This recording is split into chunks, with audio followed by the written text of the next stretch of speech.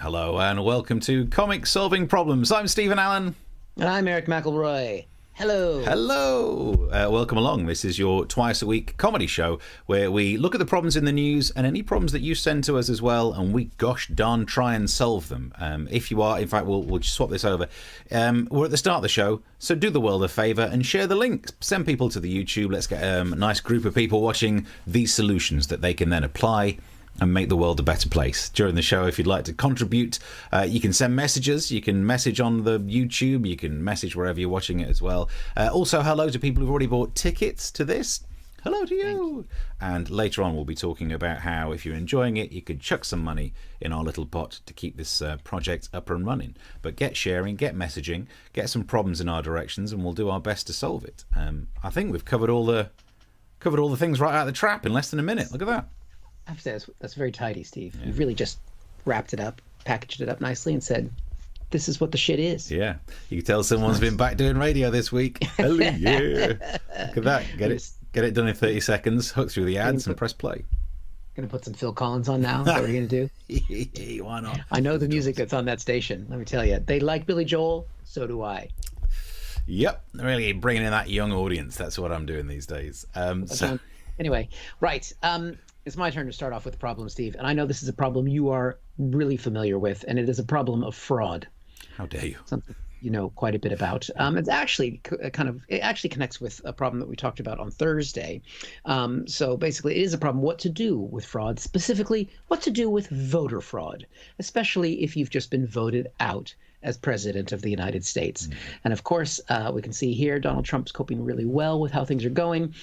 He's been escalating, the campaign has been escalating accusations of voter fraud in Georgia. It's a southern state that he lost. He's quite upset about that. He thought that they were proper racists like him.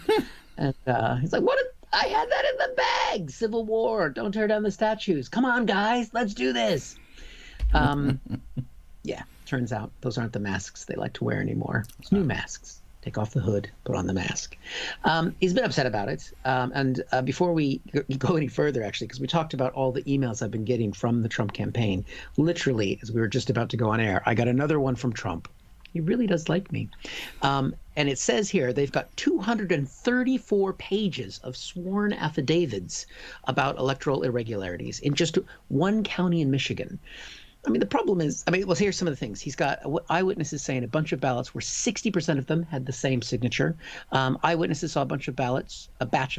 So batch, which is a technical term, isn't it? We all know how much a batch is. Oh, yeah. Yeah. 3 bushels.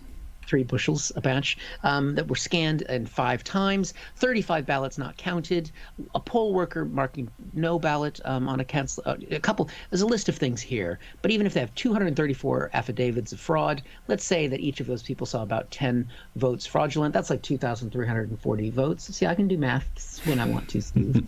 The only problem is in Michigan in particular, he's losing by 100,000 votes. So it's a problem. Yeah. But we take the piss out of Trump. We make fun of them and things. But I did want to, I care about what's happening in America. So I went out on social media and I've heard about all these allegations. And I found someone who's actually behind one of the affidavits that is accusing people of committing fraud in the election. And I was able to speak to them earlier today.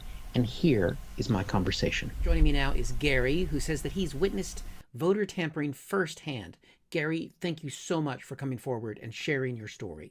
Hey, you could call me Gare. You don't have to call me Gary. You can call me Gaz. Call me Gaz. That's what everybody calls me, a little bit of Gaz. Because that's what I am. I'm a Gaz. Yeah, like my Gaz. Yeah.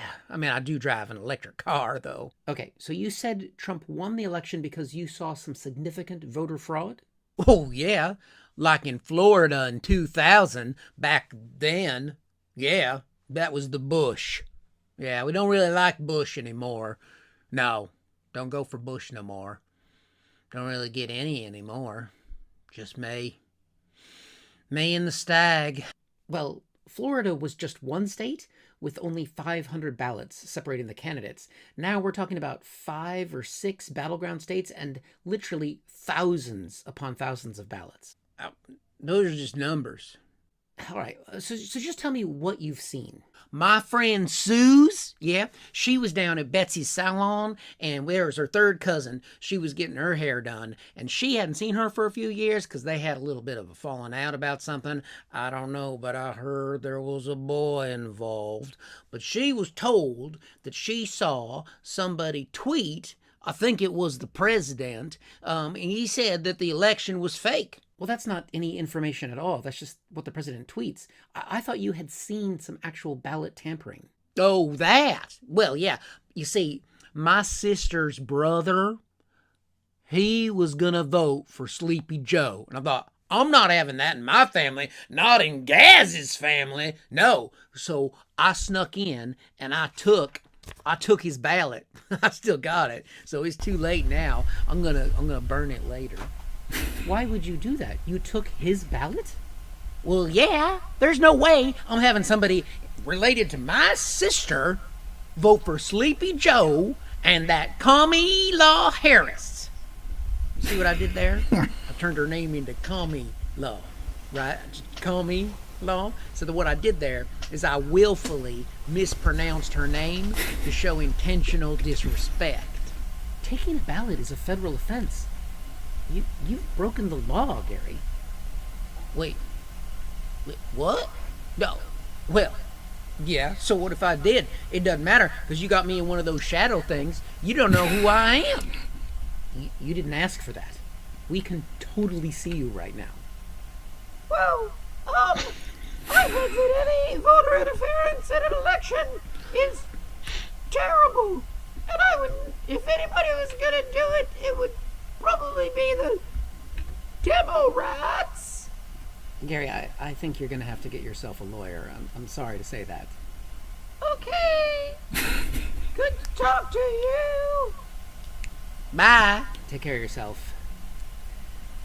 I think Rudy Giuliani would be the perfect lawyer for him. He's gonna be available soon. So there we go, Steve. I'm worried about this. I think Biden could. Biden's got it in the bag. He's going to be the next president. You reckon?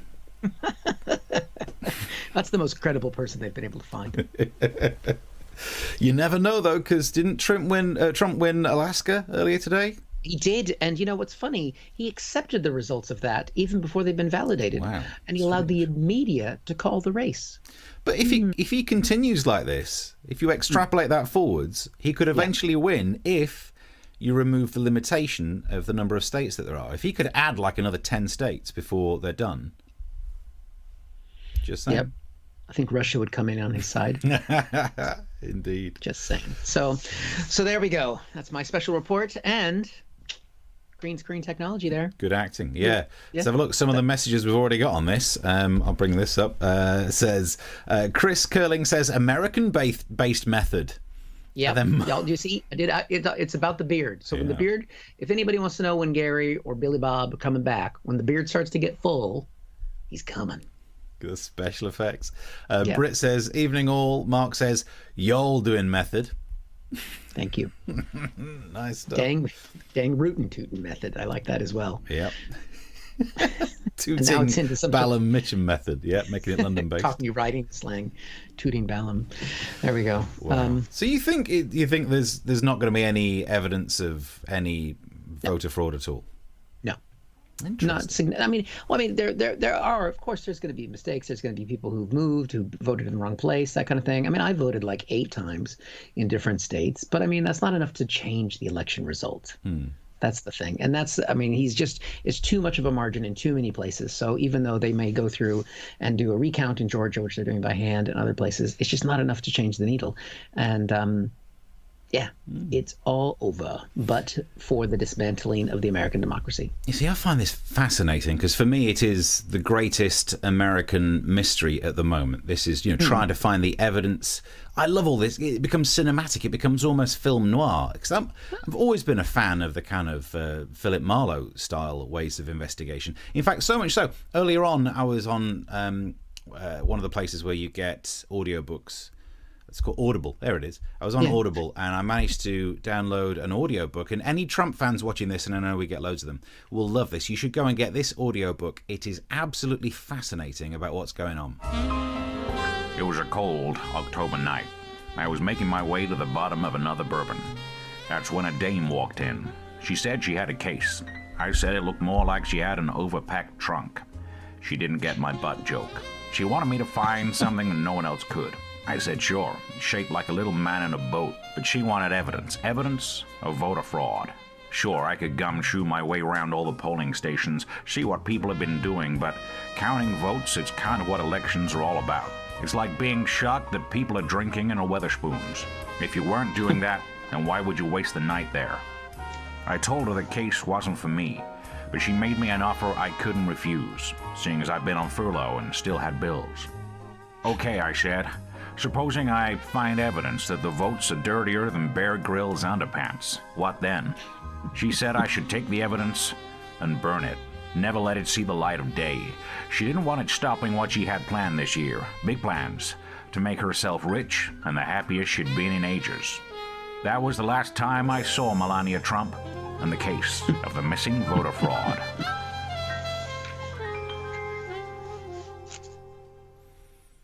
So I'd say go and download it. Nice. I like the fade out on that one. That was good. It's dramatic, isn't it? Slow fade. Look at that. Look at the genres we're covering. We got the Western angle going on. Raymond Chandler stuff, yeah. Angle. This show's got range. This stuff is worth more than 3p. I'd shut that down there. There's the Ko-fi link. Some of the messages coming through as well. Navman says, I believe that the Donald wants to add Chigley, Campbellwick Green and Trumpton as new states. I'm just saying, if he keeps doing it and keeps winning them, he could pull this one out of the bag. Eric's never going to get a state, bless him. Let's see what Britt has said. Will Trump be like Frankenstein's monster, forever wandering the Alaskan waste grounds? Ooh, where'd that go? Now that he's won. Yeah, let's hope so. Yeah, he won't go to Alaska. It's too cold. There's no golf.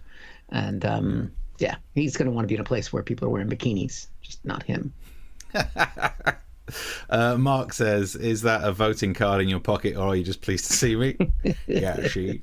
And then Chris says Sean Connery lives on. Oi, I was just trying to up some of the S sounds to try and be a little bit Bogartish, but I was in a rush. Stop picking on me. This is method. Oh, look at that. John's finally managed to drop us a vodka and Steve a bottle of large water. Thank you. Thank you. Yep. You got me a vodka and you a water. I do like to stay hydrated. Yeah, you do. And I think it's been established that I drink a little bit more than Steve does. Yes, indeed. Although even I was upset this week to hear that Guinness had to recall some of their alcohol-free products because they were contaminated. It's like also recall them because they don't have any alcohol in them. I mean, it's 2020. People don't want to be able to feel by the end of the day. You should be able to get your money back for that. Yeah, Guinness doesn't count as alcohol. It's like a vitamin. Yeah, it's a meal. So you can get yourself, you can message by sending messages on the YouTube thing. Get subscribed to that. The message boards are open. We'll keep checking those. Twitter's on the screen as well. And if you're enjoying the show enough, chuck some coins in our pot. It keeps this project alive. So on to the next problem. How do you solve a problem of making sure that the vaccine doesn't go wrong? Because we heard, it was in Tuesday's show, you can go back and watch it, there's a vaccine, it's 90% effective, and then a few days later Russia said that their vaccine was 92% effective. Ooh. Typical. 2%. But it's been a good week for all of this news when it comes to cures and treatments and all that. For example, Professor Jonathan Van Tam said that he would be at the front of the queue for the Pfizer coronavirus vaccine. And I heard him say that and thought, you wouldn't, mate. His name's Van Tam. That's not how they do it. As an Allen, I am offended that you are trying to take my place. When I was at school, whenever we had the arm jabs and all that stuff, I was always the first for the test and then for the actual injection and all of that. It was terrifying. And I told my dad about it, and he, because obviously had the same surname, he gave me a tip. He said when he was in the army, same thing. They used to have injections, and he was always the first, and he learned a nice little technique. And this is useful for anyone who's got an early in the alphabet surname. What you do is you just suck it up, you get brave, and you realise you're going to have your injection anyway, and you go in. And you get your injection, and then as you walk past everyone in the queue waiting to get theirs, you play it up like it's the worst torture you've ever had. So, sure enough, I went in there, got my BCG, and walked out like, oh, the humanity! And then just watched everyone burst into tears. So it's a little top tip from my dad to you. Yeah, sweet dad. I thought you were going to finish that by saying, and you were the teacher as well. And then I got off the bus. But so that's the vaccine. Hopefully things are going well with that. Meanwhile, there's also this £5 quick test thing that they're talking about that could mean that, I mean, they call it a pregnancy style test. And I'm not sure why is that because most people taking it want it to be negative? Is that? I don't know why, but good news, if it works, it only costs like £5. You get the results really quickly, and it means that we can get back to normal life because, and this is what I love, here's a great plan. Britons who test negative for COVID should wear paper wristbands to show that they don't have the virus, Number 10's nudge unit says. And that goes to show it's good that the supermarkets have been practicing cordoning off the stationery aisle, because those things could be relatively easy to fake. Let me through. So that's where we stand with that. But then there's also another treatment, a therapeutic, which could be good for us. Okay. Here's the problem. It's called, oh God, Bamlanivimab. Bamlanivimab. It's like a flipping warm-up that we should do before we come on screen. Why would you call a drug something like that? It just seems like it's going to make it harder. Like, could you imagine being in a pharmacist trying to ask for it? Could I have some? It's like, you've had enough, mate, by the sounds of it. And this is from America, where I think in America you have adverts that say things like, why not ask your doctor for Bamlanivimab? Because if I say that near him, I'll spit in his face, and you're not allowed to do that during COVID. It's ridiculous. By the time I've pronounced it, I'll need therapeutics for me jaw. So it's a bizarre treatment. It's a very difficult to pronounce word. To find out more about this, I'm actually joined by one of the researchers from the company. Hello. Hello, Steve. So tell us about the drug. Bamlanivimab is an antibody treatment that could be useful for those with COVID-19. Bit hard to say, though, isn't it? Bit hard. Is it? It's not that difficult. I mean, Bamlanivimab. It's no more difficult than saying something simple like Peter Piper went to pick a peck of pickled pepper. It's not even the most complicated name of the drugs on our books. We have the related product, Bamlanivimab, and the drug that one really shouldn't give to anyone with COVID-19, Bamlanivimab. You don't want to get those confused. And our new product, Benedict Cumberbatch. Couldn't say any of those. Are these going to hit the hospitals in time? Yes, we will be using our advanced logistics distribution system that's better than just sending out trucks. And how does that work? We send out a red lorry, yellow lorry, red lorry, yellow lorry, red lorry, yellow lorry, red lorry, yellow lorry. Well done. Thank you. The one take Charlie. Look at that. Nice. That was not one take. That was not one take. My God. So yeah, look. That's the late. I'm not sure if we solve that problem. Actually, we do solve the problem. Rename the drugs so that we can say them, and I think more people might actually be able to benefit from them. Yeah, I mean, I can still barely say hydroxychloroquine. Nailed it. Nailed it. But you've learned it. You've learned how to say that now. It doesn't matter because there's Bamlanivimab. I'm going to do a Trump impression as soon as he's out of office. just to be topical. Just to be topical. Keeping it fresh. That's nice. Yeah, a big blue bug bit a big black bear, and the big black bear bled black blood. Wow. I can do tongue twisters too, Steve. Wow. But I can't say hydroxychloroquine. I can now. I can say it. I've been cured. Can you say Bamlanivimab? No, because whatever I say, it'll sound racist. Chris noticed something that I noticed in the comments here during that, is that number 10's nudge unit. What the? I mean, what's it? Is that something that I should know about, or is that why the communications director just left this week? Yeah, isn't it amazing? I was shocked when I heard about the communications director leaving. I thought to myself, they had a communications director? Wow, imagine how bad it would have been without him. It was just give him a nudge and he's gone. What's a nudge unit? So it's nudge theories. It's about how to get groups of people to do things. Yeah. I can't remember the name of the guy who got not technically a Nobel Prize, because economics doesn't get a Nobel Prize, it gets like a Nobel voucher. I'm not sure they do it. But for, nudge theory, it's like a... But there's a whole unit doing it in number 10? I guess there is. I hadn't heard of it before that story, but yeah. They need to get some PR.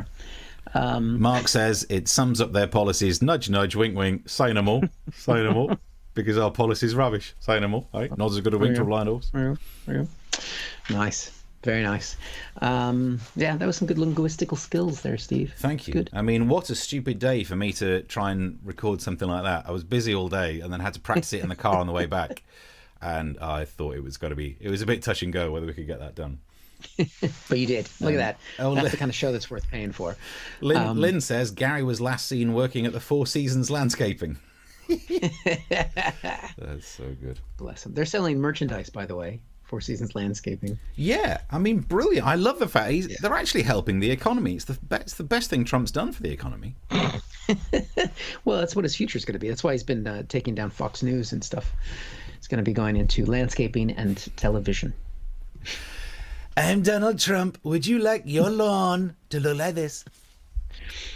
Maybe there's that famous. I don't know if you've seen the picture of him sort of yelling at the boy who was cutting the grass. Yeah. Have you seen that? Yeah. So I mean, clearly he was hiring.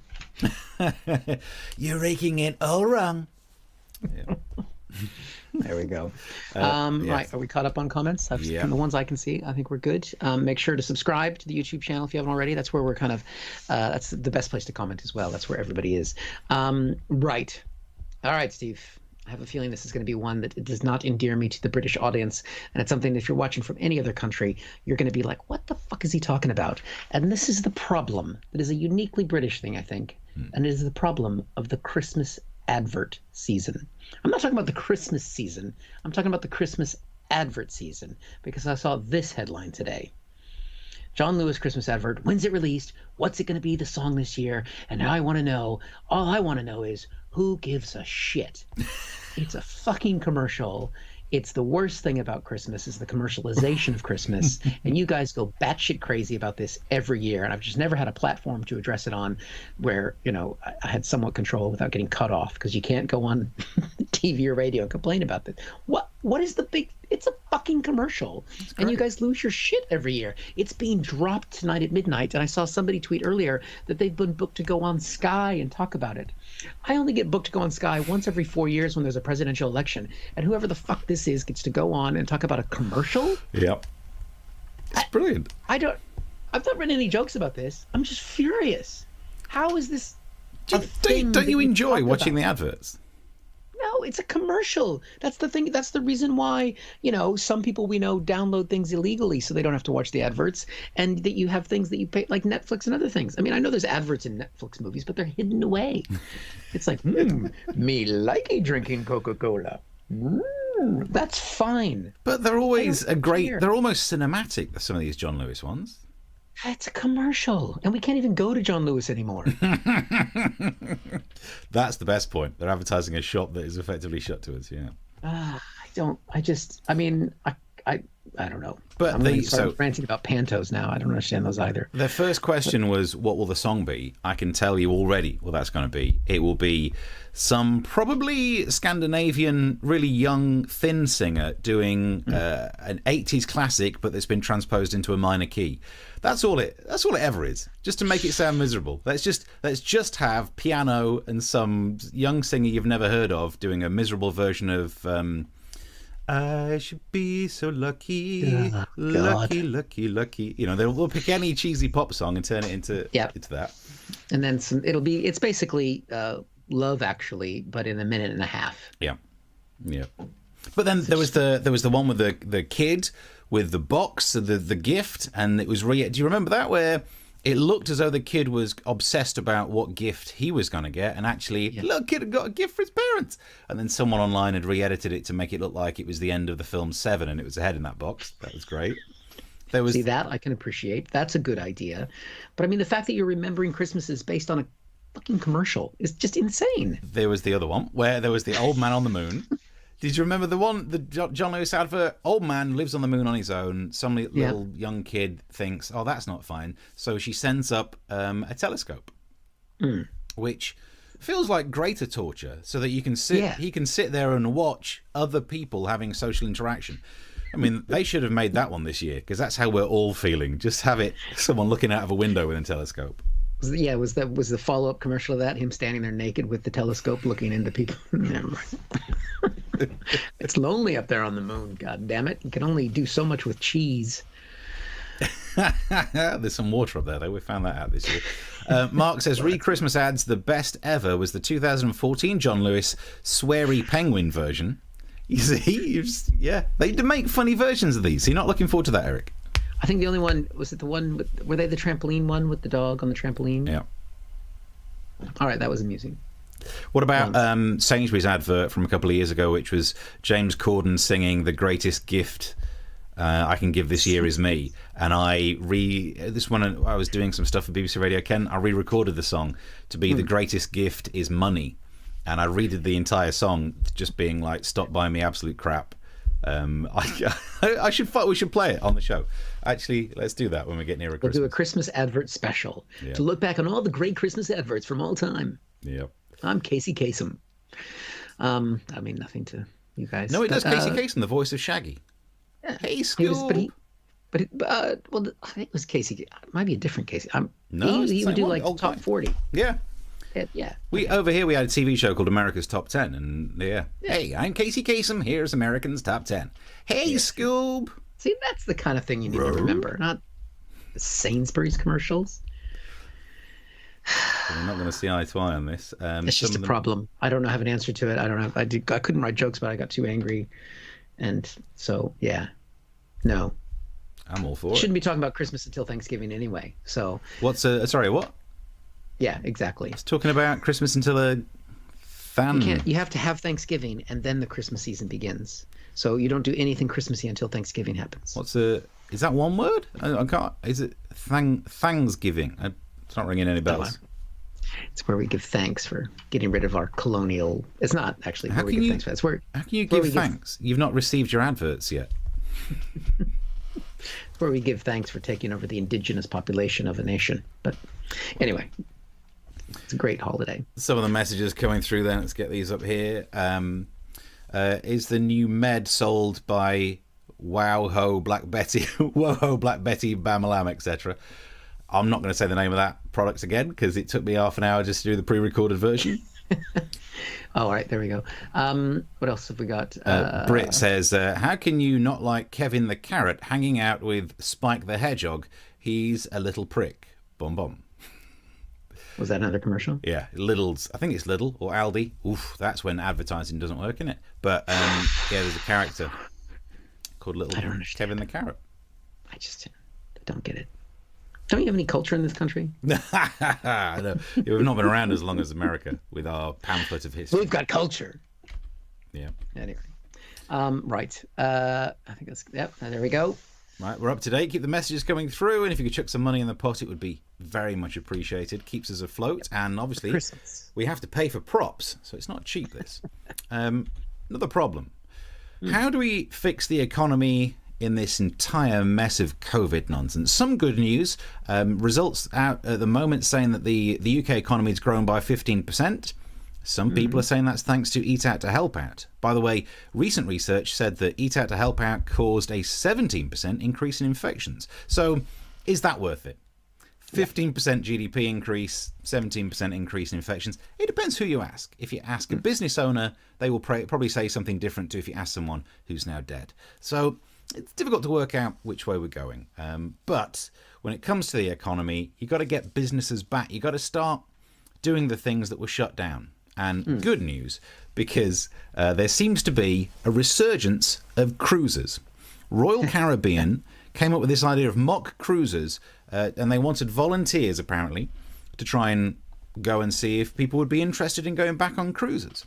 Okay. Cruises aren't known for being the most sanitary form of travel, and that's not great when you think how bad the tube is. But I like the idea. I think what they're doing, and at least they're being honest about it, by their saying, look, this is not going to be the most comfortable way, the most comfortable moment for you to have a holiday because of all the worry about picking up some stuff. And they've really reflected that well in their latest advert. Let's take a look. Tired of spending weeks stuck in your own home? Then spend a magical 2 weeks stuck on a cruise. Corona Cruises offers all-inclusive packages, food, accommodation, and the inevitable medical costs. See the sights of the Caribbean through the safety of your own room's window. You'll feel so relaxed after 2 weeks at sea, followed by 14 days in quarantine. You'll really get away from it all. unless someone on the cruise has it, in which case you'll catch it too. Coronavirus, norovirus, and depending on who's been near the buffet, hepatitis C. Corona Cruises, the cruise to take before you die. Okay, who's in? Nice. No one? Yeah. Okay. Anything to get out of here. So yes, we Rather be dying somewhere. I'm just waiting for the circuit to come back for that. if you don't want to spend the money on a cruise, chuck it in the Ko-fi pot. It'll be very much appreciated. Oh dear. Well, going back to Mark's. We're talking about American culture versus British culture. Mark Randall said Americans have culture, Britons have penicillin. Indeed. Discovered by the Scots. Did take me a little while to get that joke. Good. I googled it. A few weeks ago, the Midlands Air Ambulance actually landed near to where I live, says Mark. I realised I did pick the Midlands Air Ambulance picture, which doesn't make sense that happens in the Caribbean.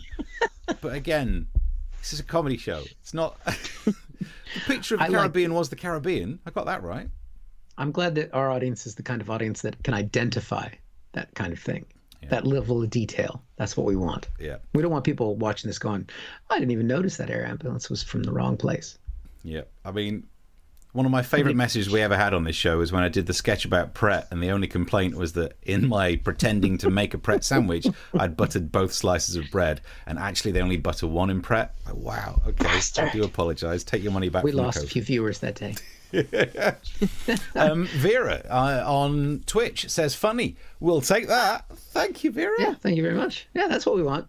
And not just, pedantic things about the wrong helicopter being used, for fuck's sake. Funny. I mean, I'm glad we've got dressed up, we've written some jokes and stuff. Didn't quite get the right helicopter, but other than that, it's all right.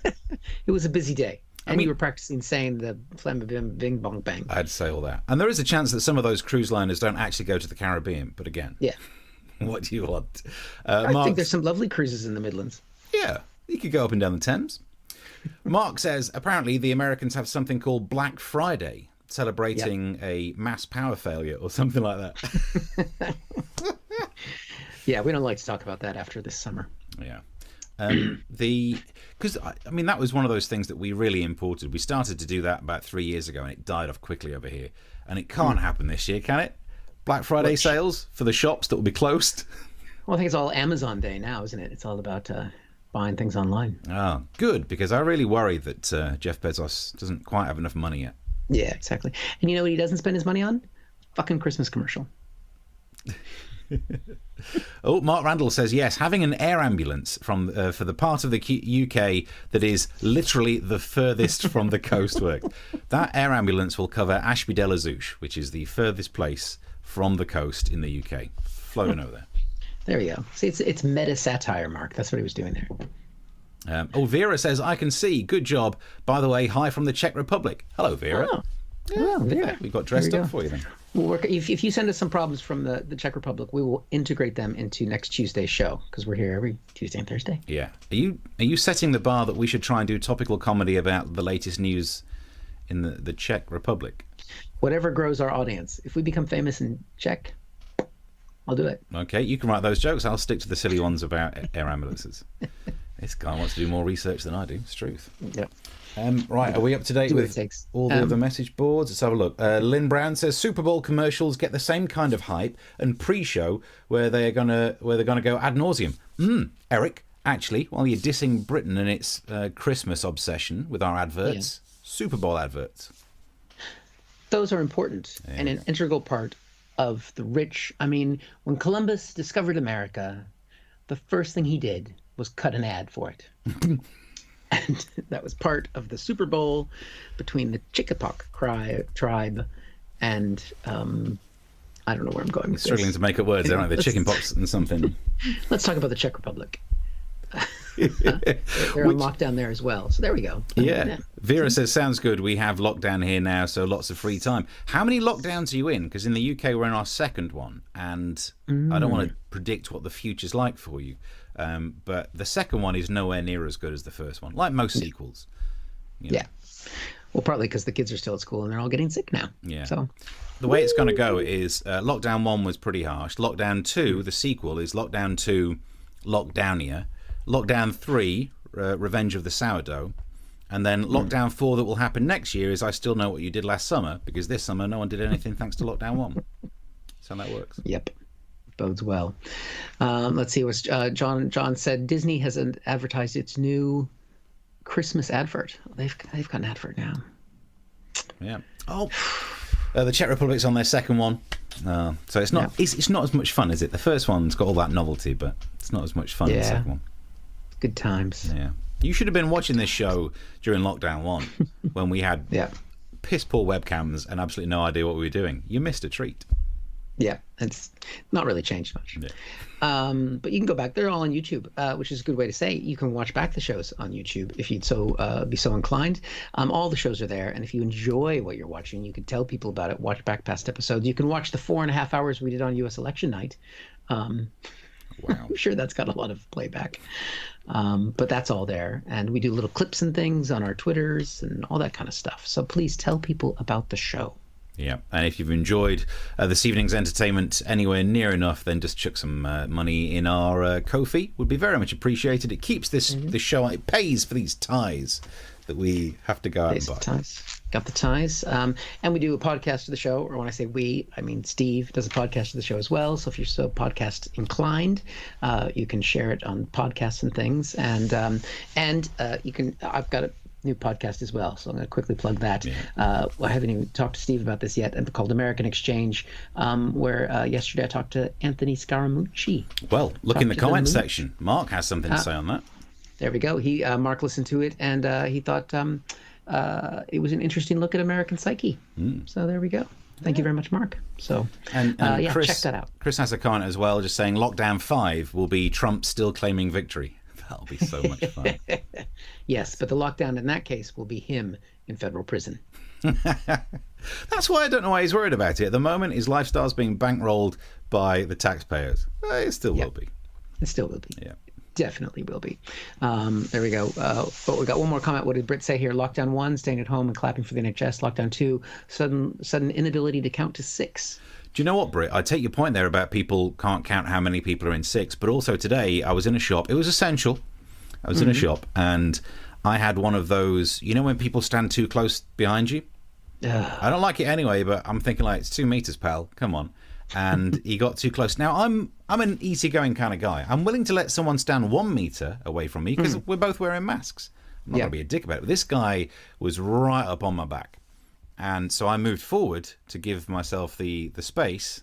Yeah. I moved in. Flipping. And I was this close to doing that thing where you just turn around and go, what part of 2 meters away are you too stupid to count to, you cretin? Which I could have done and pretended it wasn't me because, you can't see my mouth moving. But, yeah. So I woke up in a really good mood today and lost it all when that guy was just trying to get way too close. Right up my ass. Yeah. Shouldn't have gone to that sauna. It was essential, I tell you. It was essential. Oh, dear. Right. Well, we probably should let people return to their lives. Yeah. We'll be back next Tuesday, 9 o'clock in the UK, or whatever time this happens to be, wherever you are. And, yeah. Is that pretty much it? Yeah, I think we're all done. Thank you for your messages. Thank you for your contributions. Tuesday, 9 o'clock. We've said all the links. Go and have yourself a good weekend. Till then. Bye.